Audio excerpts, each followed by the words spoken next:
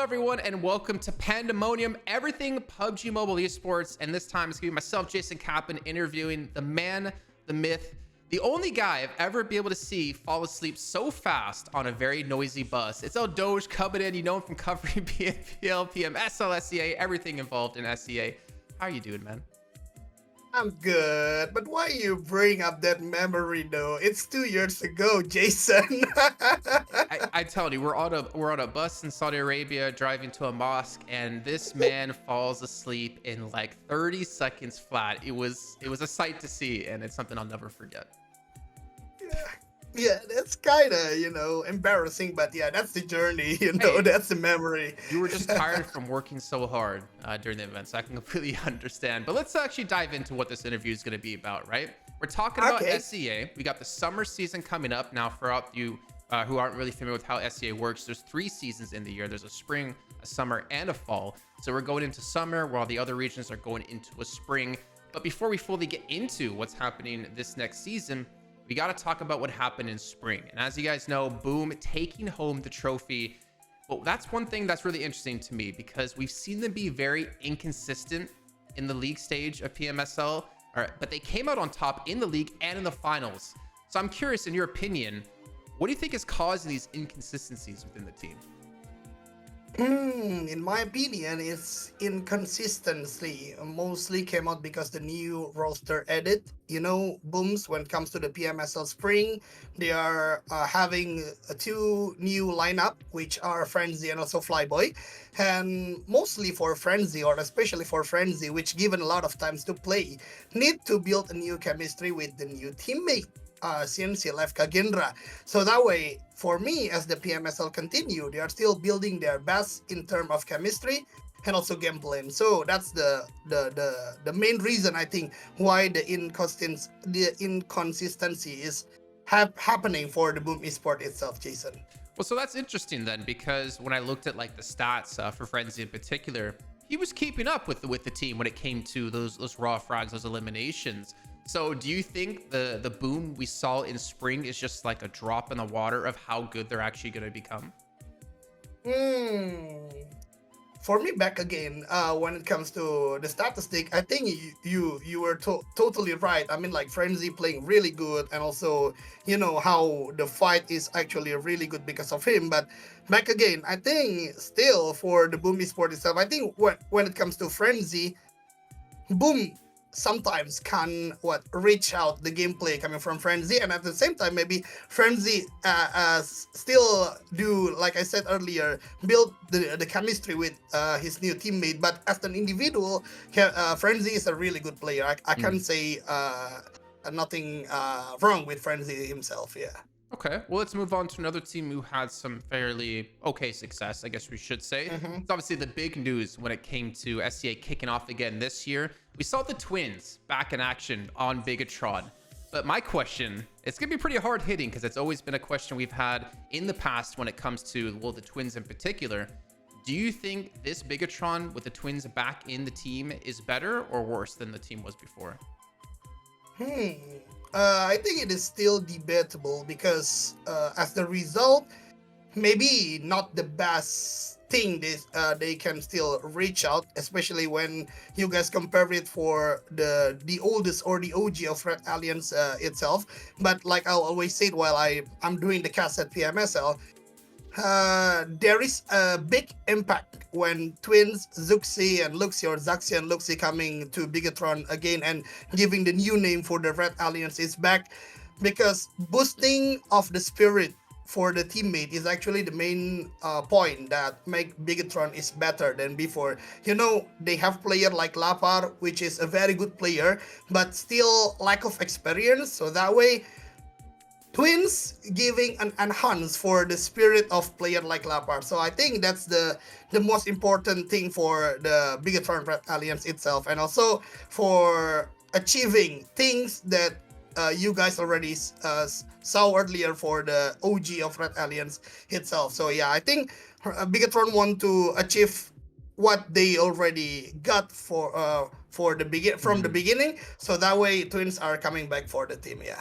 So then I have to ask this question, because the feeling we got looking at Bigatron of the past, right, the Red Aliens of the past, was that Luxy and Zuxi ran the team. It felt like they could say if you're in, if you're out, if you're on the team anymore, if you're playing.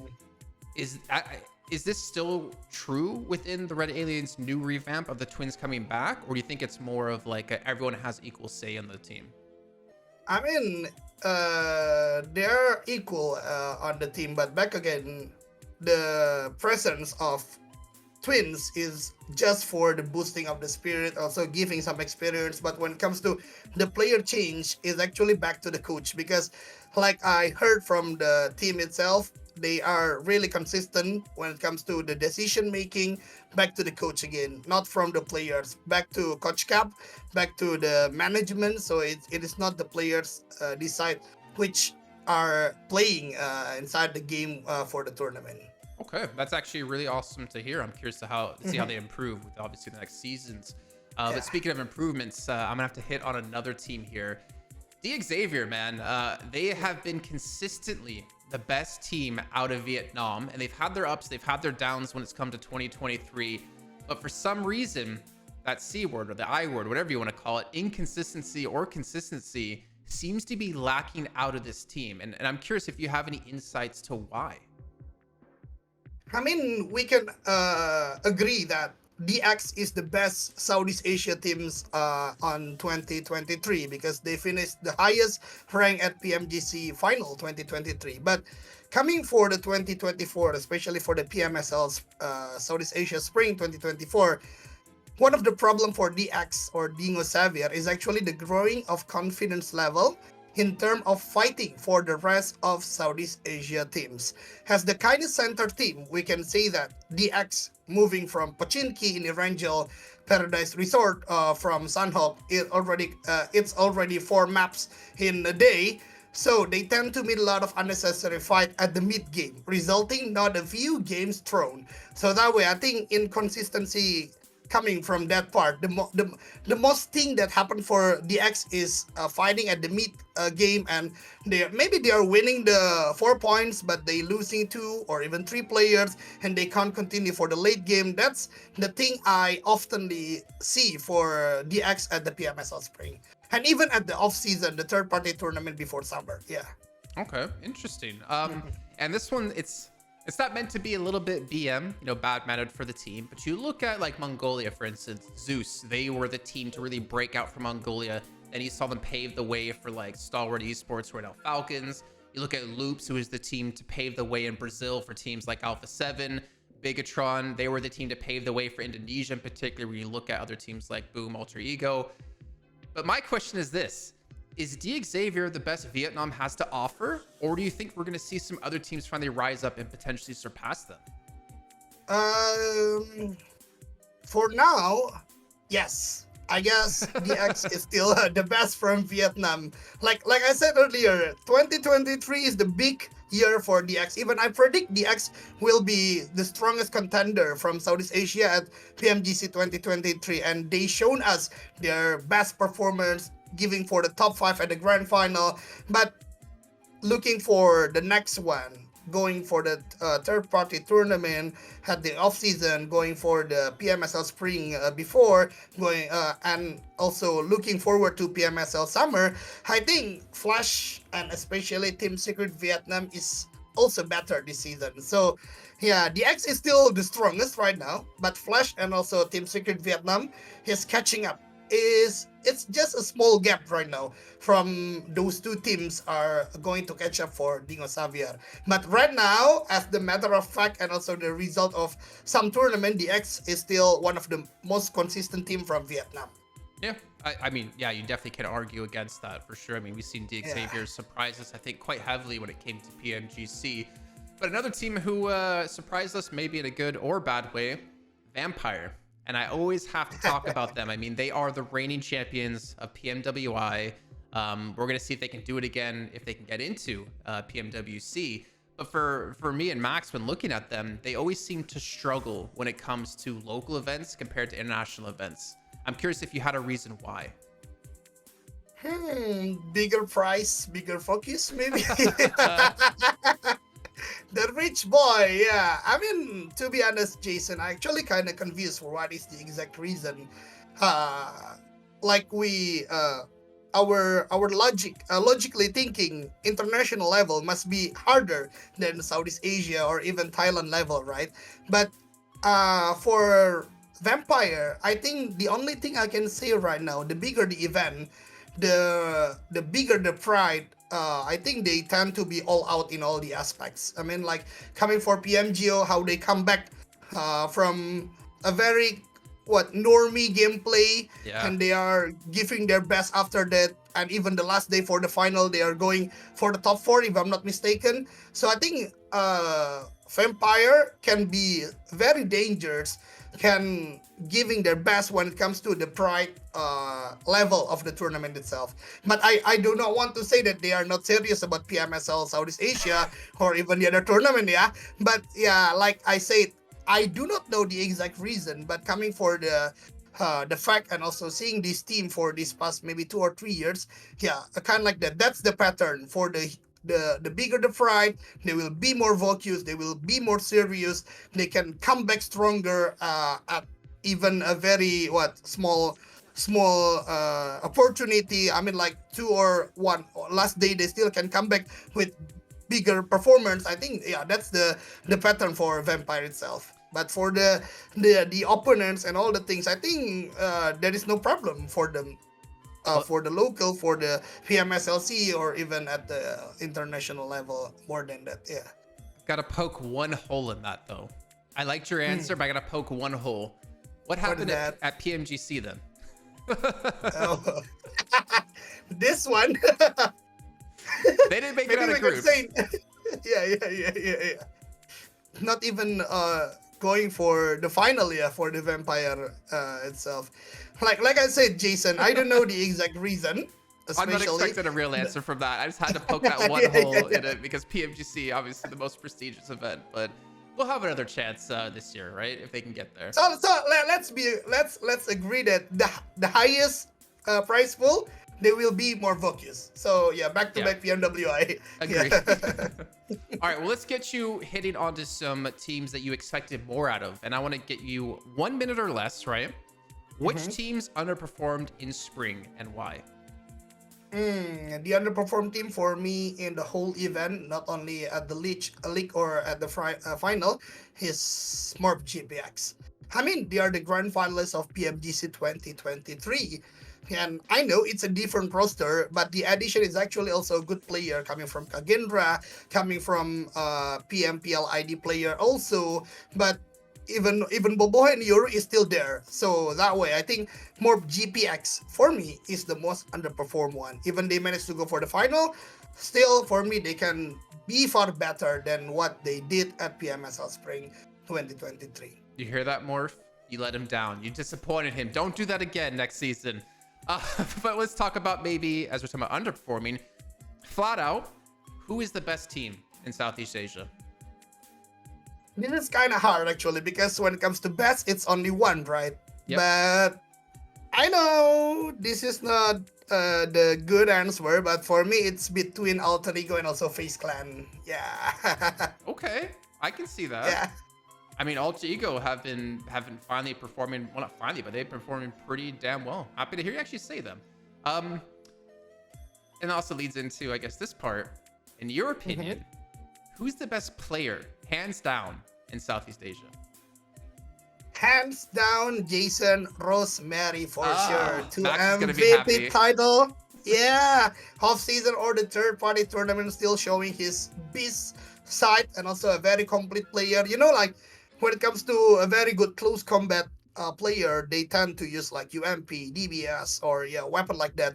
But Rosemary is kind of evolving. Not only that, he also can fight a long range really good. He can also giving a momentum for his teammate, because right now the composition of weapon Rosemary always use is M4 and also Mini 14. So that way, I think this guy is a really complete player when it comes to Southeast Asia player. Yeah. I can see Rosemary right now. Every time a DBS nerf is announced, he is just enjoying it. No one doesn't have to deal with that too much in close range. Okay. Yeah. Well, that's good. I like to hear you say Rosemary, and I know Max is out there extremely happy because for him, Rosemary is one of his favorite players. But let's maybe talk quickly about PMGO, right? Because we had PMSL SEA Spring qualify a team into PMGO, which obviously was Boom. And this was one of their first big international events. I'm curious, what did you think about the performance? I think it is already better than my prediction because since the head coach and also one of the player, which is the hard carry one, Yami, can play, they still managed to go top 4 at the first 2 days. Yeah, 2 days with the non-main lineup and absence of the head coach. They still can get their best fight, and also for those who are not watching, they one of the match they can get 19 elimination, which is the second highest one in the game. So that way, I think it's better than my prediction because not the main lineup. Yami is not playing, the head coach is not there, but they still can give that performance at the PMGO, Jason. Yeah, and I think that's perfect that you mentioned that because I think, correct me if I'm wrong, your expectations of Boom going into that event wasn't they're going to win the whole event, right? No. Okay, perfect. Because I think this kind of feeds into our next kind of question here is we've seen how important it is for a team to get that big international experience, to get outside of your region, playing against some of the best teams in the world. And Boom finally had this happen, obviously with a little bit of a hamstringed roster.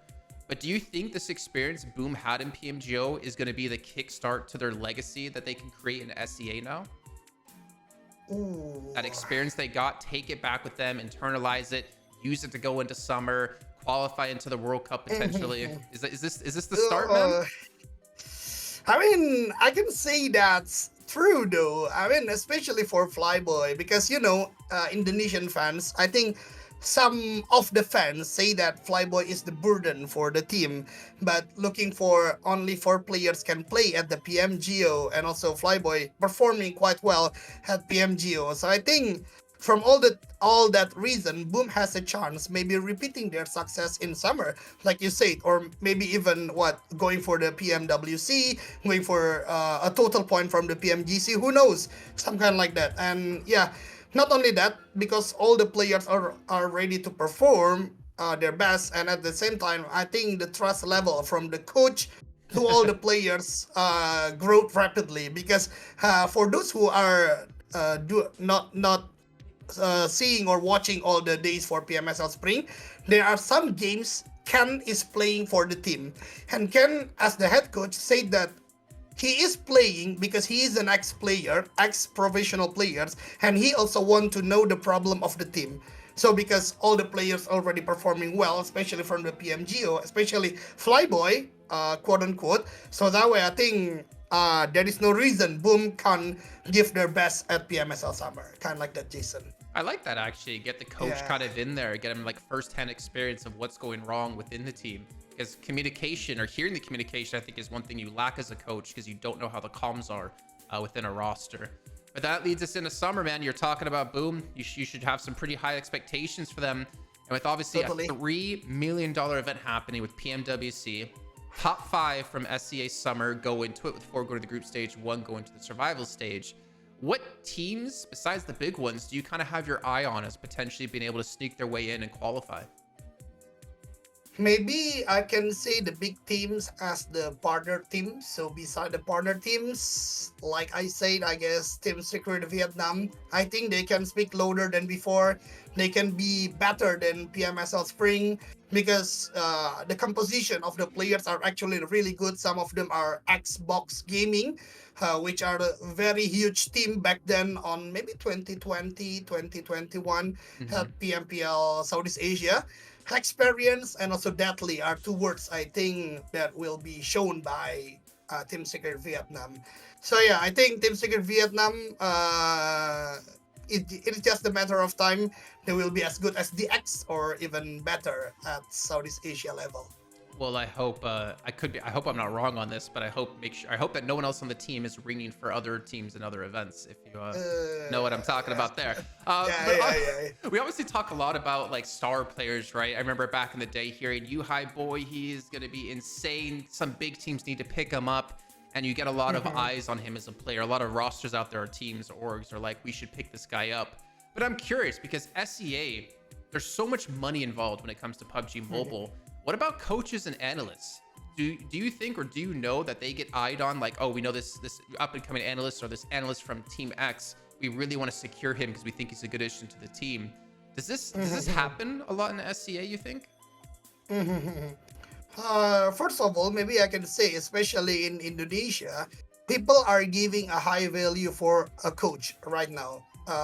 Even they are questioning for the coach about some matches, some fights, some rotation, kind of like that. And also, they even comparing the achievement from some certain coaches. You know, not only PMSL, not only third-party tournament, we also have SEA Games in Southeast Asia, and the coaches from the SEA Games is actually the coach for some certain teams at PMSL. So they are comparing kind of like that. But when if I continue story about coach in PMSL level, if your team have a coach and analyst is actually already normal when it comes to PMSL level, because even at the local official tournament, like I can say PUBG Mobile Conqueror Series, PUBG Mobile National Championship, some of the community teams already having a coach right now. So for PMSL level, I guess not only your in-game quote-unquote coach or analyst, some teams even giving their players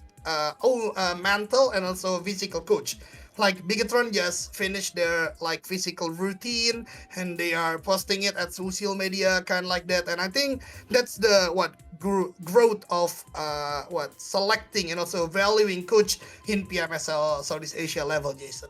Do they also look at certain coaches and analysts of like, let's say Boom, they lose, like for instance, like Bigatron, they're like looking at them, they're like, you know what, we really like their coach. Do we ever see coaches kind of like get removed from a team and then like instantly picked up and get tons of offers? Are coaches and analysts looked at as star players as well?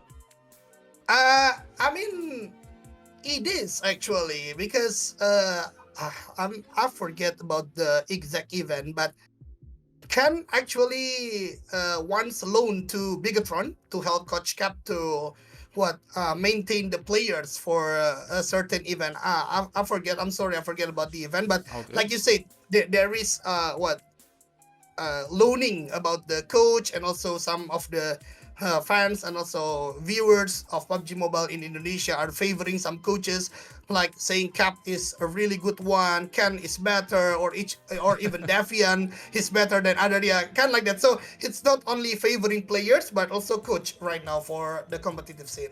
I can hear all these people talking about, oh, this coach is better than this coach is better than this coach, and then I hear Junior in the back of my head saying, these coaches are horrible, get them out of here, they're trash. Oh man, good Junior. Okay, so let's kind of wrap this up now, right? With SEA Summer right around the corner, kicks off on May 8th, which is just a few days away from where we're currently recording this. 1 minute or less, which team will win summer season? I think it will be sounds biased, but I'm rooting for Alter Ego Ares 100%, because the problem of their lack of chemistry and also underperform of certain players while they are played on Spring already solved. That's from my perspective. And when it comes to the player, Alpha be more attractive while leading and also doing some important flank. It's so good. Rosemary on beast mode accompanied by maybe Hans or even Boychill. Yeah, they can change. Depends on the map or the situation of the team. And also Octa. Octa is the all-rounder player. And I think there is no reason they can't be the champion, Jason. Alter Ego Ares, 100%. There's two situations running through my mind right now. Either A, you're wearing under that Luffy shirt an Alter Ego's jersey, or Rosemary's on the other side of that camera looking at you very menacingly. And if it's that second one, just give me, a double blink into the camera. Maybe I can send you some help. All right. Well, obviously it's been great having you here, ElDogee. I appreciate you coming on to do this quick interview, and I can't wait to actually kick off SEA Summer. Well, I want to give you a chance to give a shout out. Where can people follow you? Where can people like you? Give them the info. First of all, I'm so sorry for my English, ladies and gentlemen. Better than my Bahasa, don't worry. I hope you can understand what I'm answering from Jason. But if you want to question me some maybe PUBG Mobile or eSport in general, you can hit me on Instagram at L_Dogee with double E, or in TikTok ElDogee, DOGEE also. So yeah, that's two of my main social media. Yeah, Let's don't go. worry. You'll find all the links down here below the video, or we even tag them and throw them into the video as well. We'll obviously tag you as well in the video in particular. But man, I appreciate it so much. Last thing I have to say is, can you please remind Donna how short she is whenever you see her? It's been great again having you on the show, and I can't wait to talk to you again. Maybe see you in Saudi Arabia. Who knows? Yeah, see you. Hopefully.